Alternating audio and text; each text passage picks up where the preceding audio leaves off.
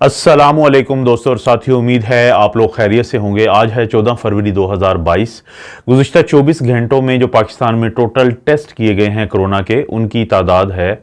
47,306 और उनमें से जो मुस्बत केसेस सामने आए हैं वो हैं 2,662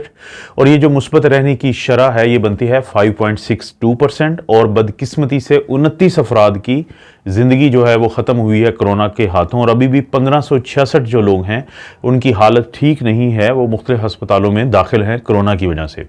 अगर हम देखें, इसमें कोई शक नहीं है कि ये जो कर्व है नीचे आ रही है, केसेस जो हैं वो ख़त्म हो रहे हैं।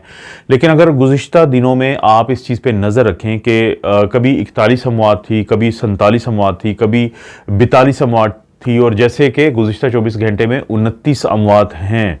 तो एक सवाल पैदा होता है कि हमने इस पांचवीं जो लहर है इससे क्या सबक सीखा है। क्या कोई ऐसा सबक है जो हमें आगे मुस्तकबिल में काफ़ी मदद कर सकता है कि खुदा ना खास्ता अगर कोई नया वेरिएंट आता है कोई और फिर केसेस बढ़ते हैं तो उस सूरत में हमारे जहन में क्या होना चाहिए। मैं इसको समझाने के लिए सबसे पहले एक बात करूँगा कि हर साल जब फ्लू का वायरस आता है, ये वही वायरसेस हैं जिन्होंने दुनिया में किसी दौर में बहुत ज़्यादा तबाही मचाई है, बहुत करोड़ों लोगों की ज़िंदगी जो है इन्होंने ख़त्म की है। लेकिन आज क्योंकि ये रच बस गए हैं हमारे माशरों में, तो हर साल इनके कोई ना कोई वेरिएंट आते हैं। तो आम जो फ्लू का वायरस है उसको लेके दुनिया का क्या एक रवैया होता है, वो रवैया ये होता है कि कोई भी जो इन्फ्लुएंजा का सीज़न आता है उससे 2 से 3 महीने पहले या 3 से 4 महीने पहले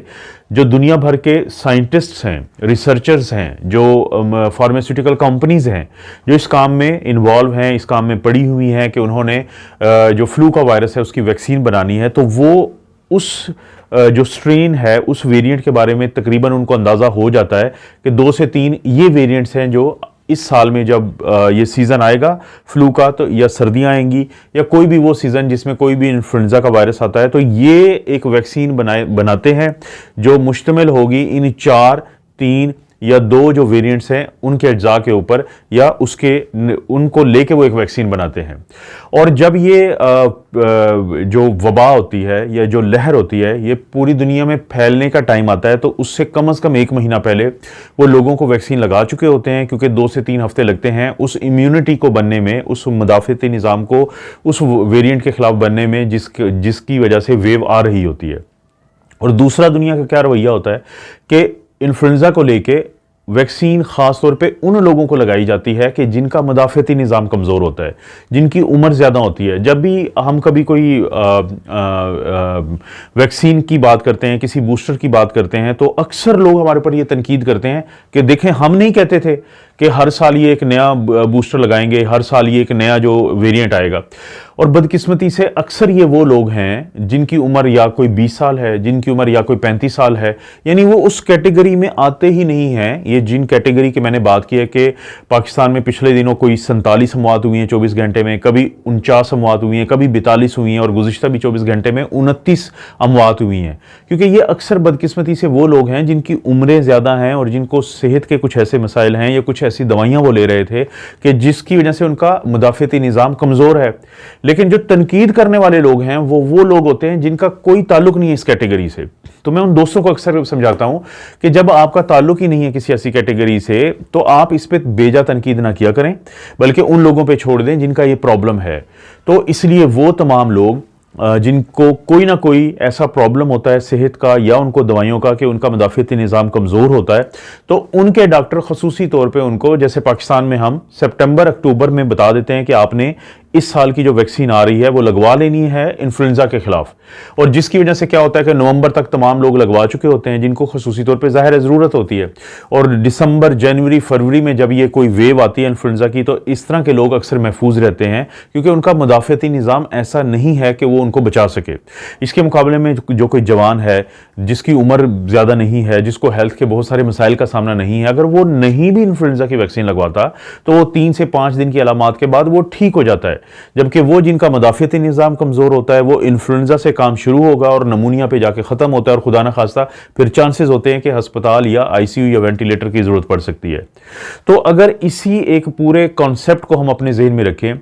पहले तो हम उम्मीद करते हैं कि अल्लाह करे कि ओमिक्रॉन के बाद कोई वेरिएंट ना आए इस कोरोना का, लेकिन फ़र्ज़ करते हैं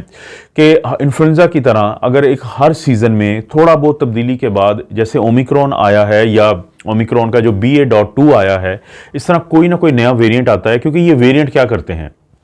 ये जो वेरिएंट होते हैं ये तेज़ी से फैलते हैं जैसे इन्फ्लुएंजा में होता है, लेकिन जो पहले की बनी हुई मदाफ़ियती एंटीबॉडीज़ होती हैं या पहले की जो टी सेल्स बने होते हैं, तो उनको ये धोखा दे के कोशिश करते हैं अपने आप को सर्वाइव करने की और इंसानों में रहने की।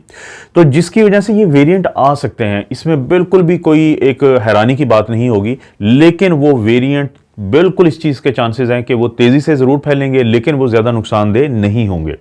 और अगर खुदा न खास्ता कोई नुकसानदेह होता है तो वो फिर तेज़ी से फैलने की सलाहियत उसमें नहीं रहेगी। ये एक साइंसी एक हकीकत है।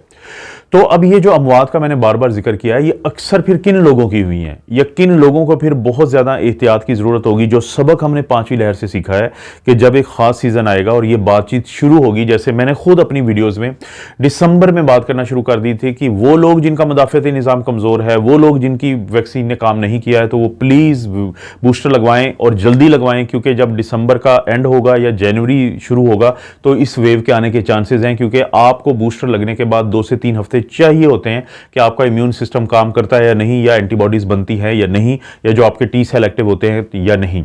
तो इस चीज़ पे नज़र रखनी है कि जैसे ही दुनिया में बात शुरू होगी कि कोई नया वेरिएंट है, तो अपने इन बुजुर्गों को कोशिश करें कि बूस्टर ज़रूर लगवा लें, क्योंकि होता यह है कि वो तमाम लोग जिनको चाहे वो फुली वैक्सीनेटेड हों, लेकिन 3 से 6 महीने के बाद वो जो वैक्सीन है उसकी अफादियत बहुत कम हो जाती है। यही होता है इन्फ्लुएंजा में और यही होता है कोरोना की भी जो मुख्तलिफ वेरिएंट्स हैं उनके खिलाफ बनने वाली जो वैक्सीन हैं, जब वो 3 से 6 महीने के बाद कम हो जाती है उसकी अफादियत और उस वक्त कोई वेव आती है, तो इस तरह के लोग चाहे उनको पहले वैक्सीन लगी हो, लेकिन अगर उन्होंने वक्त पे बूस्टर ना लगवाया हो तो उनको नुकसान होने का डर होता है। तो ये वो सबक है जो हमने सीखा है, क्योंकि 2-3 किस्म के कौन से वो मरीज हैं जो हमारे पास इस वक्त आईसीयूज में आ रहे हैं, जिनकी हालत ख़राब है। अगर मैं 1566 लोगों की भी अभी बात की है कि वो इस वक्त भी, जब मैं आपसे ये 14 फरवरी 2020 को बात कर रहा हूँ, तो उनकी हालत ठीक नहीं है और वो मुख्तलिफ अस्पतालों में दाखिल हैं। ये वो लोग हैं कि जिनकी उम्र ज़्यादा थी, उनको वैक्सीन अगर लगी भी तो उस वैक्सीन ने काम नहीं किया। इसलिए मैं आप दोस्तों से दरख्वास्त करता हूं कि आप अपने बुजुर्गों को जब वैक्सीन लगवाते हैं तो कोशिश करें कि अपने डॉक्टर से बात करें कि 2 से 3 हफ्ते के बाद हम कौन सा वो टेस्ट करवाएं कि जिससे हमें अंदाज़ा हो जाए कि वैक्सीन ने काम किया है नहीं किया है, ताकि बूस्टर भी लगवाएं जल्दी। क्योंकि इसीलिए अब 3 वैक्सीन की डोजेज शुरू की गई हैं ऐसे लोगों के लिए, 2 की बजाय। तो एक तो ये करें। ये वो लोग जिनको वैक्सीन लगी लेकिन उसमें वैक्सीन ने काम नहीं किया, तो वो उनको ओमिक्रॉन जैसे हल्का जो वायरस है उसकी वजह से भी नुकसान हुआ, या वो लोग थे जो किसी भी वजह से अगर वैक्सीन नहीं लगवा सके, तो उनको जब किसी न किसी तरीके से, क्योंकि जो ट्रांसमिसेबल ज़्यादा वेरिएंट होगा वो किसी न किसी तरह पहुंच जाएगा हर शख्स के पास। अगर तो आपकी इम्यूनिटी कमज़ोर है, अगर आपने वैक्सीन नहीं लगवाई, अगर आपने वैक्सीन लगवाई लेकिन उसने काम नहीं किया, इसका मतलब है कि वो वायरस जो तेज़ी से फैलता है, चाहे वो कम ख़तरनाक ही क्यों ना हो, लेकिन आपके इम्यून सिस्टम के लिए वो ज़्यादा ख़तरनाक साबित हो सकता है, क्योंकि आपके इम्यून सिस्टम का मसला है।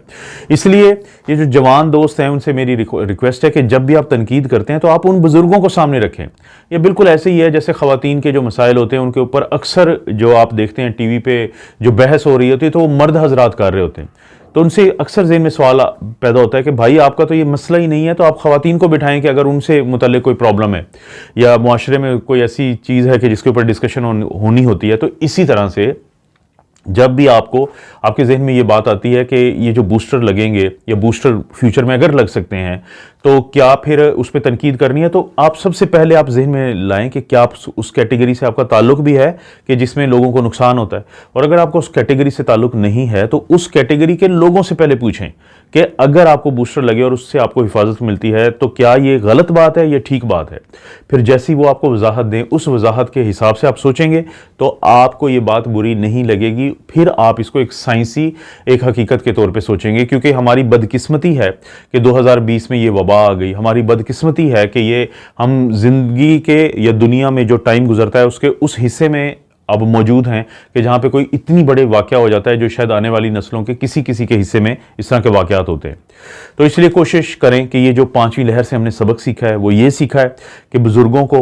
अपने बड़ों को या वो बच्चे ही क्यों ना हो, जवान क्यों ना हो, जिनकी मुदाफ़ती निज़ाम कमज़ोर हो, जैसे ही कोई नए वेरिएंट का आप सुनते हैं तो अपने करीब तरीन डॉक्टर, अपने करीब तरीन हॉस्पिटल या हुकूमत जो अक्सर ये टीवी के ऊपर मुख्तलिफ एड्स देती है, इनको समझने की कोशिश करें। अगर आपको पता चलता है कि कोई वेरिएंट आया है, वो तेज़ी से फैल रहा है, तो वो लोग जिन तक ये वेरिएंट एक दिन ज़रूर पहुंच जाएगा तो उनको ज़रूर कोई बूस्टर लगवाएं या उनको इस तरीके से हिफाजत करें कि उनको इससे नुकसान ना हो।